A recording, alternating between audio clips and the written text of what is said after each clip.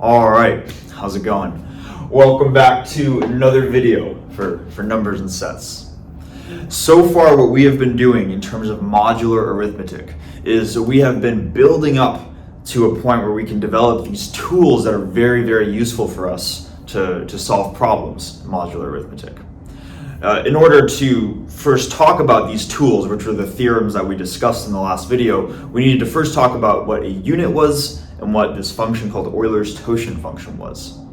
And then once we developed those, then in the most recent video, we were able to say, okay, let's apply those prerequisite tools to establish these theorems. And there are two main theorems that we talked about in the last video, even though we technically covered three, where the first was Wilson's theorem. So I'll just write Wilson's. Maybe I'll just write Wilson. Trying to minimize the amount of words I'm writing, right? Where Wilson's theorem said that if we had a quantity p minus 1 factorial, that quantity was congruent to -1 modulo p, where p was some prime number, right? So that was kind of the first result that we established. And then the second primary one was the Fermat-Euler theorem.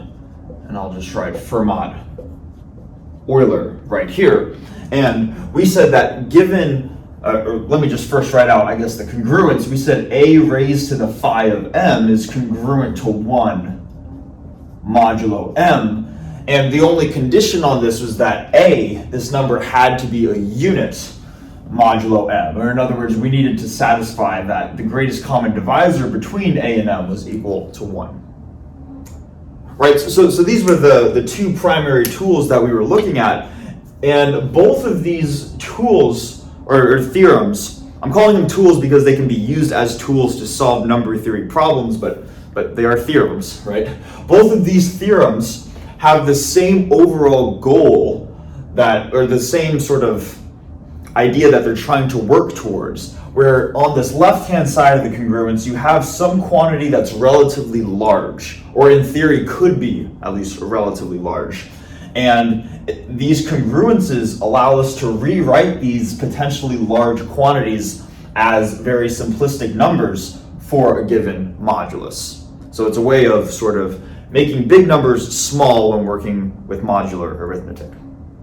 Just to be absolutely thorough, we also talked about this theorem called Fermat's little theorem, which was really just the Fermat-Euler theorem in the case where m was a prime number.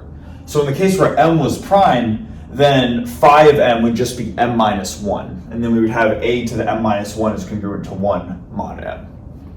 Right? So that's what we talked about in the last video.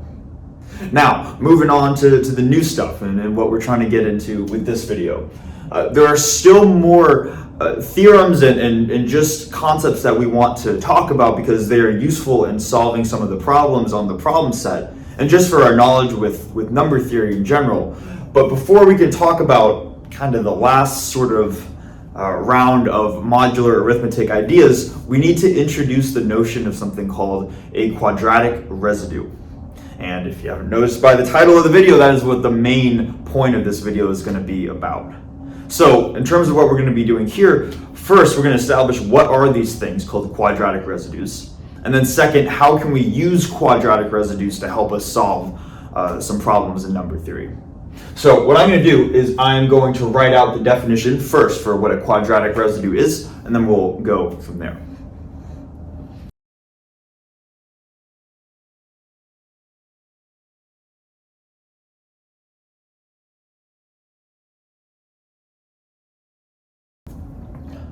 All right, so we have the definition for quadratic residues right here. Let's go through it together. So it says that the quadratic residues can be thought of as the squares modulo p. And specifically, we can write them out as 1 squared, 2 squared, 3 squared, 4 squared, all the way up through p minus 1 quantity squared.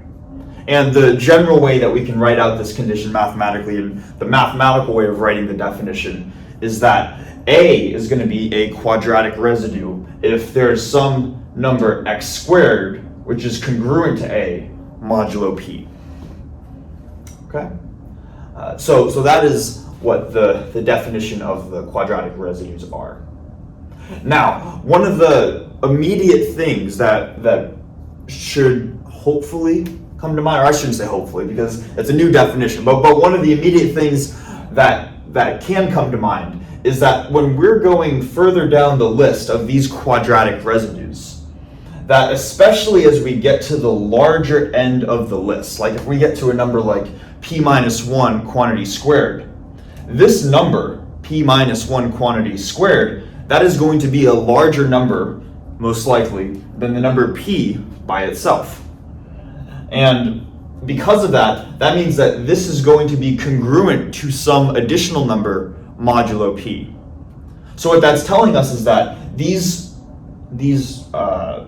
quadratic residues could correspond to multiple different numbers modulo p. And what we might be interested in saying initially is, okay, when looking at these quadratic residues, how many numbers in mod p do they actually correspond to? And so we're going to first do that, and then we'll go through kind of an example that's going to help solidify the general concept. But first, let's tackle that immediate question where we want to ask how many numbers are these quadratic residues going to correspond to? And the way that we can do that is we can set up this following congruence, where if we have some number a squared on the left-hand side that is congruent to something else, so two quadratic residues that are apparently congruent, mod p, of course, then how many different quadratic residues, or how many different numbers could we possibly have? And the way that we do this is kind of just the standard manipulation of congruences, but we'll still go through it. So another way of writing this is that the modulus p has to divide the difference of the two sides. So it's going to divide a squared minus b squared. And then we can factor a squared minus b squared. It's just the difference of squares, right? So we can factor this into a plus b times a minus b. And if p divides the product of these two terms together, it needs to divide either one or the other, if not both. But that produces two separate conditions. Either p is going to divide a plus b, or p is going to divide a minus b, like that. And then taking these expressions and just rewriting them back in terms of this congruence notation, with this first expression, we're going to get that a is congruent to negative b mod p. And then with the second one, we're just going to get that a is congruent to positive b mod p, like this. So what this is telling us, what in words, is that each of these quadratic residues, the p minus 1 different quadratic residues, corresponds to two distinct numbers in the mod p number system. Okay, so that is kind of the immediate answer to that question, at least. Now, I think we should do an example so we can actually say, okay, what's really going on here, right? And maybe I'll do the example over here. So let's say that the modulus that we're working in is maybe modulus 7. It's kind of a smallish number, but it still is a number large enough where we can see what's going on. So if we're working in a modulus of 7, then the quadratic residues are going to start at 1 and go up to 7 minus 1. So maybe I should say that the modulus is going to be p equals 7, right? So then 7 minus 1. So that's going to tell us that the quadratic residues are 1 squared, 2 squared, 3 squared, 4 squared, 5 squared, all the way up to 6 squared. All right, and if we were to just evaluate each of these squares, 1 squared is 1, 2 squared is not 2, 2 squared is 4, getting ahead of myself, 3 squared is 9, 4 squared is 16, 5 squared is 25, and 6 squared is 36, right? Hopefully we remember how to do our squares. It's always tough. There's always a lot of pressure when you're doing mental math on the spot. You know, it feels like you should know how to do it, but you don't want to make any mistakes, right? But anyways, this is literally just what we get when we square the numbers 1 through 6. But what we can now do is we can say, all right, the number 1, what number is that congruent to mod 7? And it's a number in between 0 and 7. So 1 is just congruent to 1 mod 7. 4 is in between 0 and 7, or within that range, right? So that's going to be congruent to 4 mod 7. Now we have 9, which is 1 multiple of 7 plus 2 more, 7 plus 2. So 9 is congruent to 2 mod 7. All right, and hopefully we see how this works. 16 is going to be 14 plus 2, so this is congruent to 2 mod 7.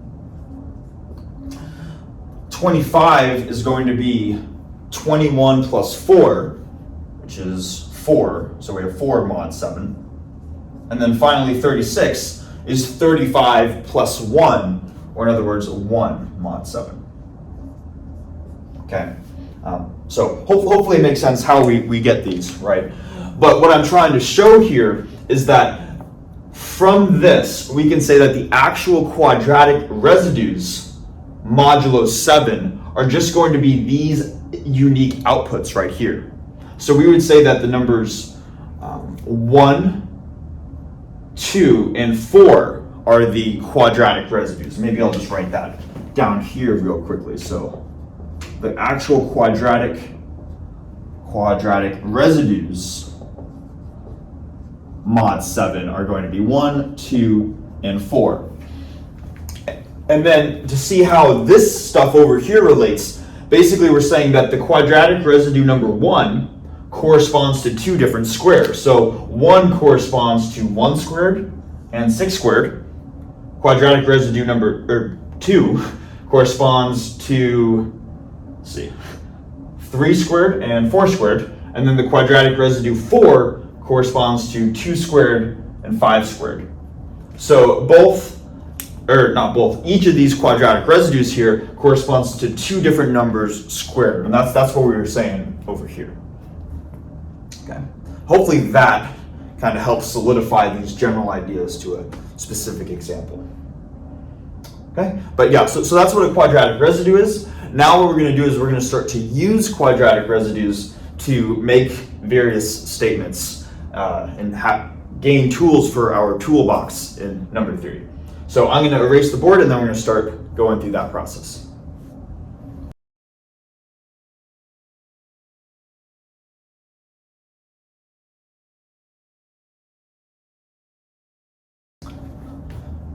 All right, so we have the proposition up here. Let's read through it together. It says, if P is an odd prime, so just a prime number other than 2, then we know that -1 is going to be a quadratic residue if and only if P is congruent to 1 mod 4. All right, so this is kind of an interesting one, right? Because we're just saying that we immediately know what one of the quadratic residues is, and we have a condition for determining what that quadratic residue is, and that is this condition right here. Okay, so let's go through proving this.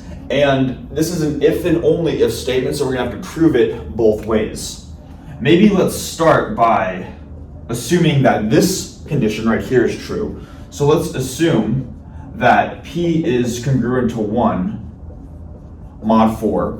And we'd like to show that if this is true, then -1 must therefore be a quadratic residue.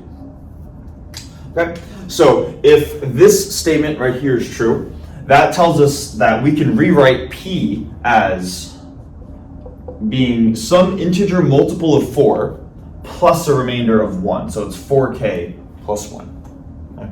That's just what it means for P to be or congruent to 1 mod 4. All right.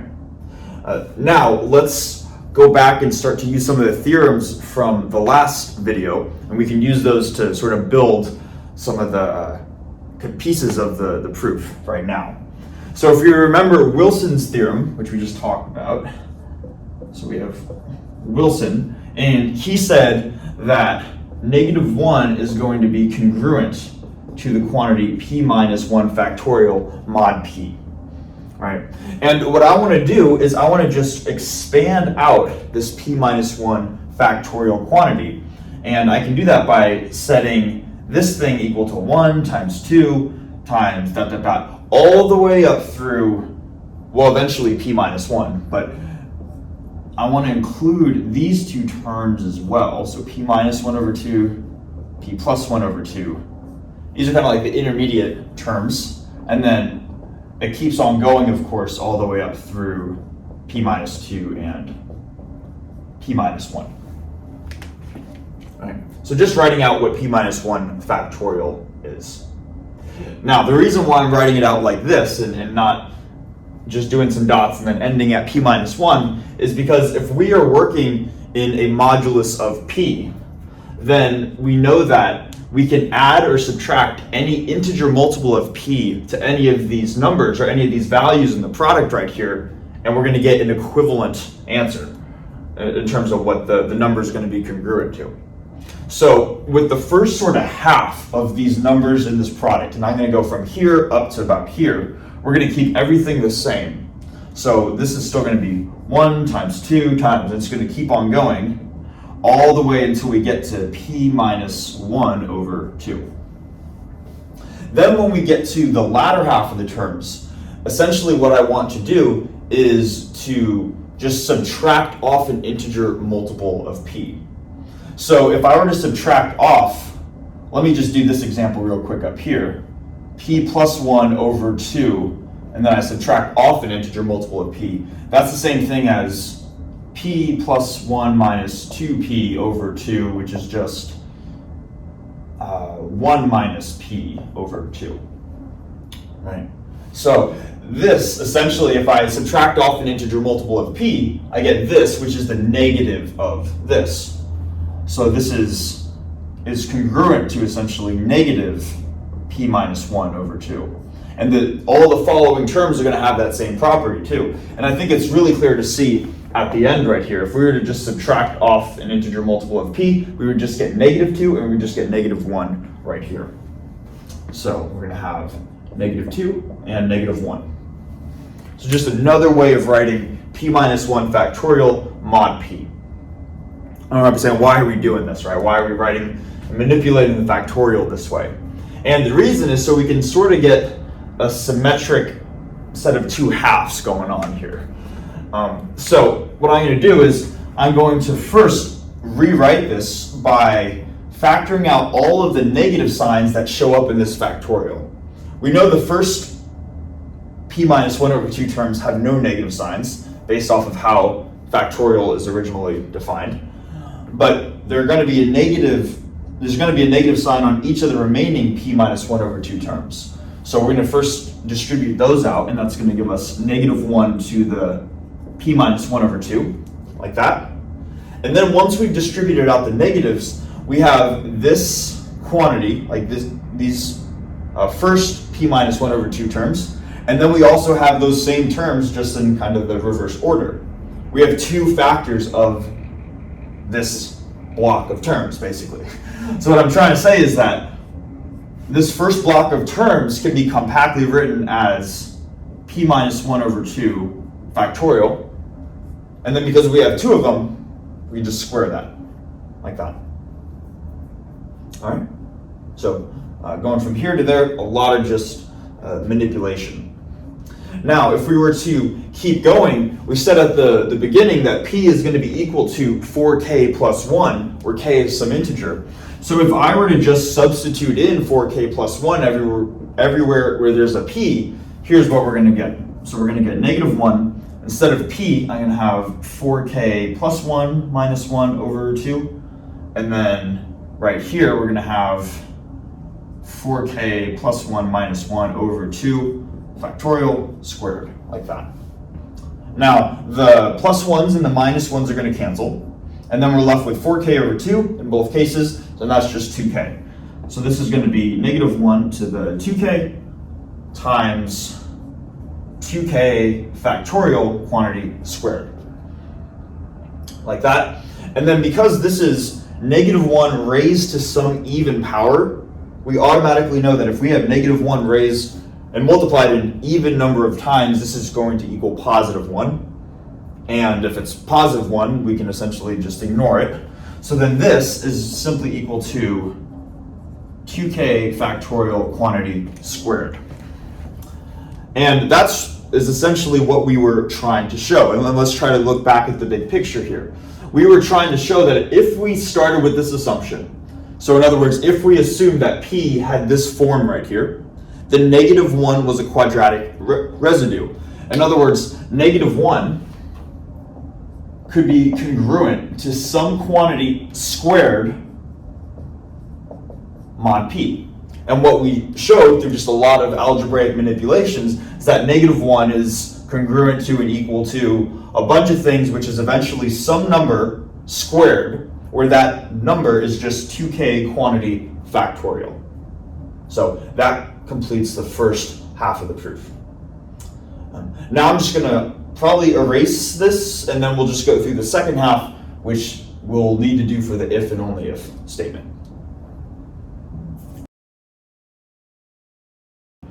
Okay, now to prove the other half of the statement, we're going to start by essentially, well, not using a direct proof, but we're going to use the contrapositive proof. So essentially we're going to say that we're going to assume this condition is now false, and then show that we arrive at a contradiction if we try to assume that -1 is going to be a quadratic residue. Okay, so that's going to be the general strategy. So first of all, if this condition is false, what do we need to assume then, right? So if P is going to be a prime number, the only way this condition can be false is if, and still have that P is a prime, is if P is congruent to 3 mod 4. Because if it's congruent to 0 or 2, then it's an even number, and hence not an odd prime. So therefore we need to assume that P is congruent to 3 mod 4, which tells us that P is going to be some integer multiple of 4 with a remainder of 3. Okay, so this is going to be our starting assumption, and now we're going to try to show that -1 is a quadratic residue. In other words, we're going to try to say that -1 is congruent to some quantity squared mod P, but show that we run into a contradiction along the way. So what we can do is we can refer to the Fermat-Euler theorem, but because P is an odd prime, really we can refer to Fermat's little theorem. It's like the special case of it, right? And Fermat's little theorem tells us that 1 is congruent to a to the P minus 1 mod P. All right, so just stating one of the big ideas from the last video. Now, if this is true, we can plug in our specific form of P. It's going to be 4k plus 3. So we can say that this is congruent to a to the 4k plus 3 minus 1. And that simplifies to a to the 4k plus 2, which can be further simplified by taking out a factor of 2 from both terms as a to the 2, a squared times, getting ahead of myself, a squared times the quantity 2k plus 1, right? Now, if we were to suppose that -1 was a quadratic residue, then we know that a squared is going to be congruent to -1 under the modulus that we're working in, mod P.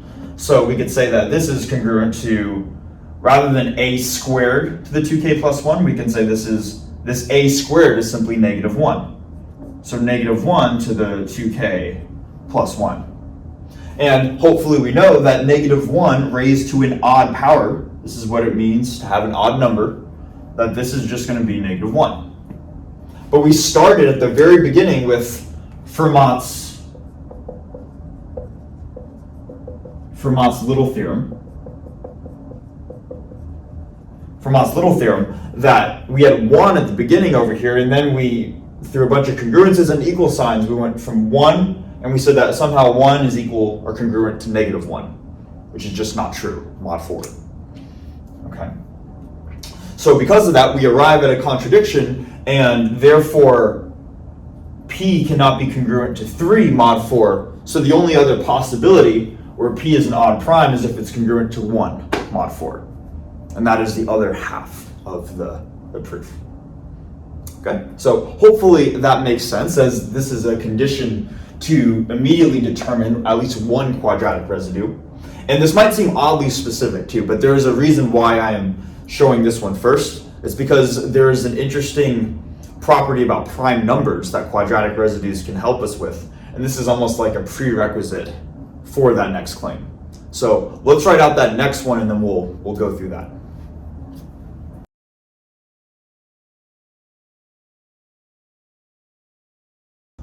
All right, so here is the claim. Claim is that there are infinitely many primes of the form P, which is going to be congruent to 1 mod 4. Okay, might be like, how does this relate to quadratic residues? Right? But let's go through the proof for this, and it's kind of interesting how all this stuff ties together. So we'll do a proof by contradiction, and we'll start by assuming that there are not infinitely many primes of this form, and that there are only finitely many primes of this form. And maybe let's denote P sub 1, P sub 2, all the way through P sub k. Let's let these guys be all of the primes, all the finitely many primes of the form P is congruent to 1 mod 4. Then what we can do is, if these are all the supposed primes of that form, we can construct a number n. This is how a lot of these infinitely many prime type proofs work, right? Where we construct some number that is conveniently going to be 2 times P sub 1 times P sub 2 times all the way through P sub k. So 2 times all of the primes of this form. We're going to square it and then add the number 1 to it. All right, and the reason why is so we can say then that n is constructed in a way where 2 does not divide n. That's a symbol for not. Here, let's do this, make that a little clearer. Does not divide n, because it's some even number plus 1. And then because it's of this form, we also know that for any of the p's, any of these k different prime numbers, neither of these divide n either. Okay, so we set up n in a way where these two properties are satisfied. Now, just because these are all of the prime numbers of this form right here, that doesn't mean that's all the prime numbers, period. There are some numbers that are some prime numbers that are not congruent to 1 mod 4. And in general, besides the number 2, those numbers are going to have the following form. So let's say that there is another, maybe I'll go over here. Let's say there's another prime, Q, and Q is of the form where it is, rather than congruent to 1 mod 4, it's congruent to 3 mod 4, or equivalently congruent to -1 mod 4. That's kind of the other possibility if we're looking at an odd prime number, right? So if this is the case, then we know that, we know that Q needs to divide n. And we might be saying, why do we know that? And the reason is because hopefully we remember that every natural number n has a unique prime factorization decomposition. I think I said that right. Each number can be decomposed into a product of prime numbers. But we just said that this number n is not divisible by 2 and is not divisible by any of the numbers of this form. So therefore, the only other prime numbers that are left over are the prime numbers of this form. So we're going to pick one of the prime numbers of this form that is a factor of n. Okay? And what that means is that n is just an integer multiple of q. So if we were to write what n is congruent to in modulus q, you can think if we have an integer multiple of the modulus, that's like going around the clock and hitting that, the number 12, I guess, just a repeated number of times. It's going to be congruent to 0. So n is going to be congruent to 0 mod q. Okay, and now maybe this is like the first part, second part, we're going to combine it all together now. So now if n is congruent to 0 mod q, and n is of this form, I'm just going to replace this definition for n into this congruence. So we're going to now say that 2 times p sub 1 times p sub 2 times all the way through p sub k squared plus 1, because that's what n is, that needs to be congruent to 0 mod q. Okay? What we can do now is we can just subtract 1 over to the other side. So we get that this is congruent to negative 1 mod q. And here's where we use that result that we just described. Because we said that the only way that negative 1 could be a quadratic residue, because that's what we just showed right here. We're showing that negative 1 is some number squared under a certain modulus, so that we would be saying negative 1 is a quadratic residue. But we said the only way that could be possible is if this modulus right here was of the form q is congruent to 1 mod 4 rather than q is congruent to minus 1 mod 4. And we explicitly showed too that when we had some number that was some odd prime that was congruent to minus 1 mod 4, that we arrived at a contradiction. Therefore, this statement, because of what we just showed, is in fact a contradiction. And the original assumption that we made was this assumption right here, that there are only finitely many primes of this form. So if that's false, then there must be infinitely many primes of the form, which is thus proving this proposition right here. Okay, so kind of a neat little argument that's working with a lot of different pieces together. But this is just to show you one instance where quadratic residues can be useful. We can use quadratic residues to determine statements about prime numbers. And that might not have been a connection that we initially made. Okay, so this is one application of quadratic residues. I think I'm going to erase the board one more time, and then we'll go through probably one more proposition or claim or anything, something like that, and then we'll probably call it for this video.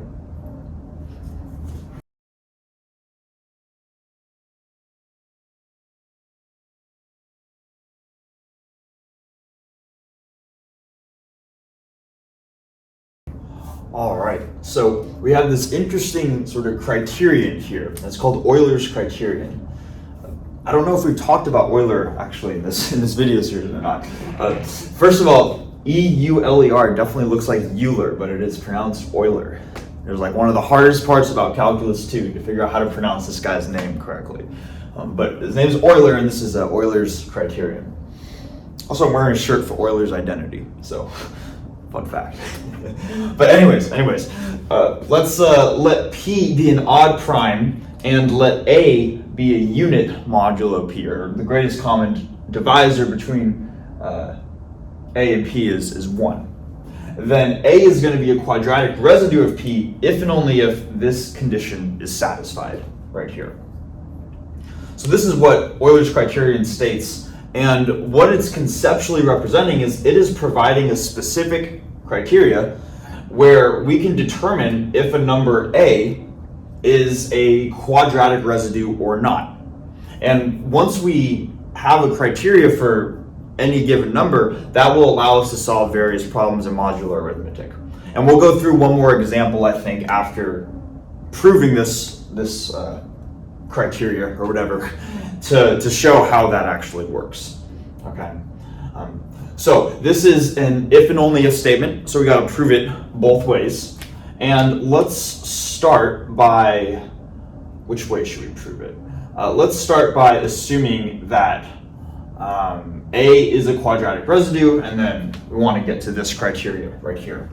So if A is a quadratic residue, that means there must be some equation or some congruence of this form. A needs to be congruent to some number squared mod P, right?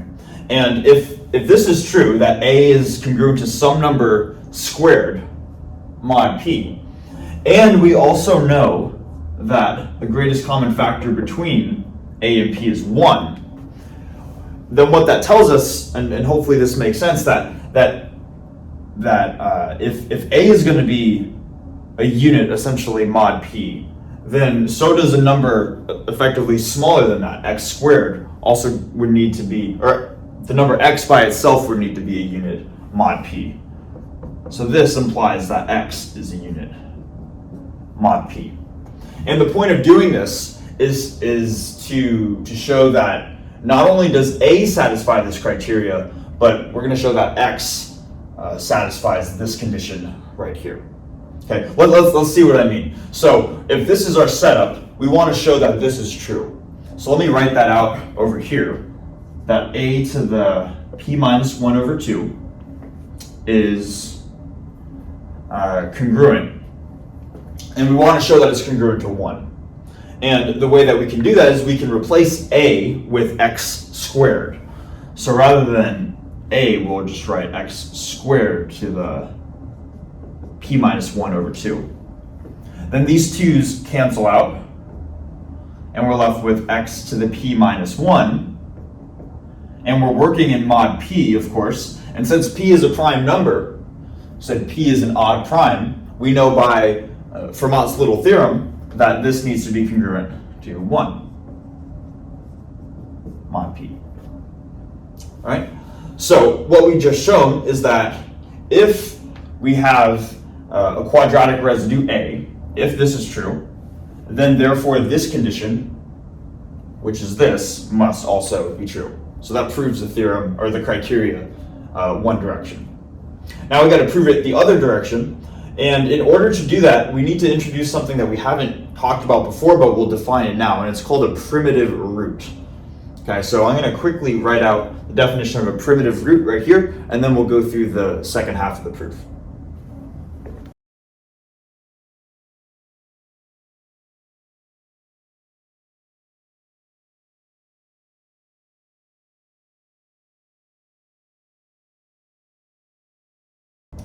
Okay, so we have the definition for the primitive root written out here, and essentially we're not going to go into too much detail. This is kind of something that gets saved for more detailed number theory course, but a number r is going to be a primitive root mod n if every unit mod n, so every number a coprime to mod n, is congruent to a power of r mod n. And that's a lot of words, right? But basically that says that if we have a unit with our given modulus, which according to Eulers criteria we do, we have A is the greatest common factor between A and P is 1 for mod P. So that's satisfied, and because of that, that tells us that our number A can be written as R raised to some power. And we're just going to use that fact with the definition of a primitive root. It has the ability to do that. So in using this, we are also, just to remind ourselves what we're doing here, we're going to start with this assumption now. We're going to prove this backwards. All right, so we're going to start with this assumption and then show that therefore A must be a quadratic residue. Okay, so if this is true, let me write this down here. We have A to the p minus 1 over 2 is congruent to 1 mod P. And if we can write A in terms of a primitive root in the form of R to the K, then another way of writing this expression, just substituting in R to the K with A, is that R to the K times P minus 1 over 2 is congruent to 1 mod P. Okay? And if I were to just rearrange the exponents, I can rewrite this as, go down here, R to the P minus 1, all raised to the K over 2 power needs to be congruent to 1 mod P. So just doing some algebra, we're not changing anything new, going from line to line to line, right? Now, what does, yet again, Fermat's little theorem say? This is why these theorems are very, very useful. We've seen Wilson's theorem and Fermat-Euler theorem show up multiple times now. Fermat's little theorem says, maybe I'll just write it over here, that if we're working with a prime modulus, which we are, then we can say that any number raised to the p minus 1 is congruent to 1 mod p, right? So this is a number raised to the p minus 1, so therefore this thing in parentheses is congruent to 1 mod p. So another way of writing this is that we have, I'll come over here to this part of the board. So rather than writing r to the p minus 1, we can just write 1 to the k over 2 is congruent to 1 mod p. All right? And now that we have this condition right here, the only way that this is going to be satisfied is if we have k being an even number. In other words, k is going to be equal to 2 times j. There's also kind of a more descriptive way of saying that that essentially I believe it's the power of the primitive root needs to divide Euler's totient function, or something like that. It's been a while. And anyways, probably shouldn't be saying things I'm not positive about. But anyways, if we get to this point, we can say that k should then be of the form that it's an even number. K is 2 times some integer j, like this. Okay, and if we know that this is true, then we can essentially just substitute this back in to how we defined r to the k. So if we have r to the k, another way of writing that is is r to this exponent, r to the 2j, which can be rewritten as rj squared, r to the j quantity squared, and that needs to be congruent to a, mod p. Okay. So hopefully that makes sense. We're just using the definition of the primitive root, except now we're specifying what the exponent needs to be. And now that we're at this point, what we've just shown is that a is congruent to the square of something mod p. So we started at the very beginning with this condition, which is this guy, and then doing some work, we ended up showing that a is a quadratic residue of p. This guy right here. So that would prove the other half of the criteria. Okay, so that is the proof. But I think to really get a sense for how this is useful, we should go through an example. So what I'm going to do is I'm just going to erase the proof part of the board, but leave up the criteria just so we have it still in our head. And then we'll go through an example to finish off the video.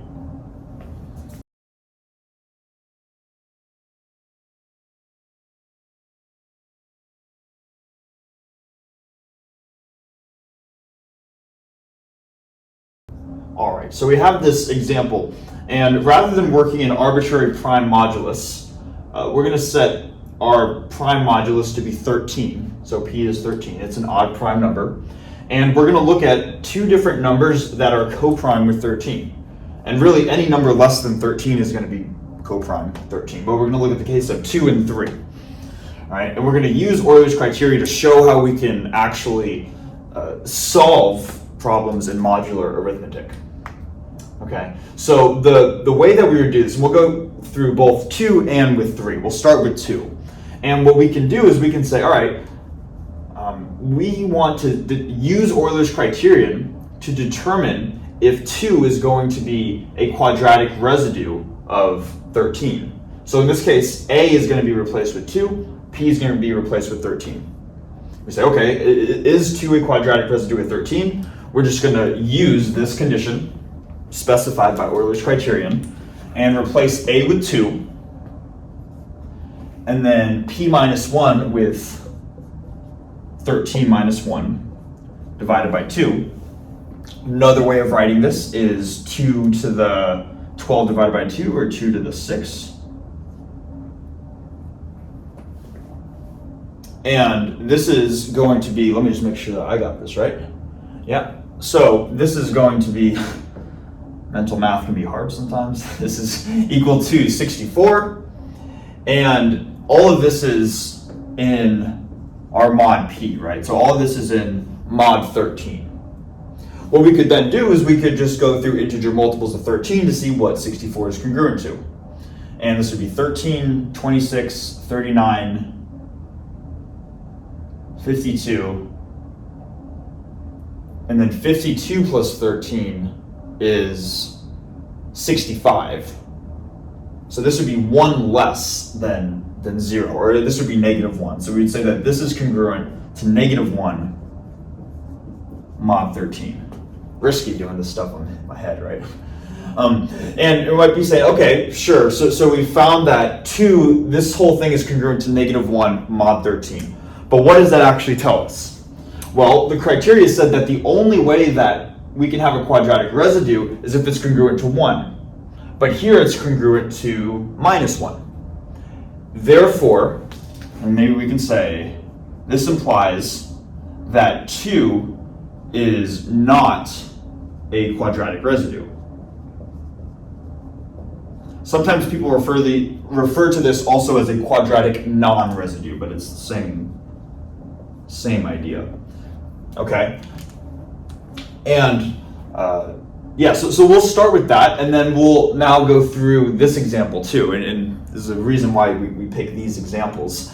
Let's see if 3 is a quadratic residue mod 13. Well, we're just going to go through the same criteria, right? We're going to check by writing 3 to the 13 minus 1 over 2, which is congruent to, same thing, 3 to the 6th, and I'm definitely not memorizing that off the top of my head. And yeah, I did not need to do that.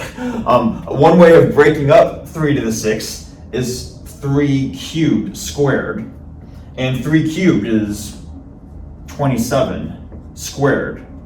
And we know that 27 is just congruent to 1 mod 13, because we take 13 times 2 is 26, and 27 is 1 more than 26. So this is congruent to 1 squared, or just 1 mod 13. So we started with this, and we showed that 3 is raised to this power is eventually congruent to 1 mod 13. So this implies that while 2 is not a quadratic residue, 3 is a quadratic residue. Okay? So we've used Eulers Criterion now to determine whether or not numbers are quadratic residues. And I think that in itself can already be helpful to just see how do we actually use this thing, right? And I think hopefully this makes more sense. But we still need to show how this could help solve problems in modular arithmetic. And here's where we can make the big connection where hopefully we're like, oh, that's how this thing is useful. Okay? So let's start with, maybe we'll start with 3 because it is a quadratic residue.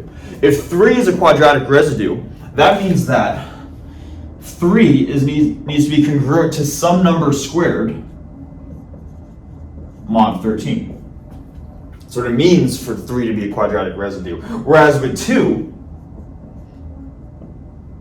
we know that this is what it would mean for 2 to be a quadratic residue, but it's not. So I'm going to put a slash through it. And what this can be useful for is if we have a congruence that we are trying to solve in modular arithmetic, we can use Eulers Criterion to immediately determine if it even has a solution or if it does not have a solution. So in this case, is x squared congruent to 3 mod 13? Does it even have a solution? The answer is yes.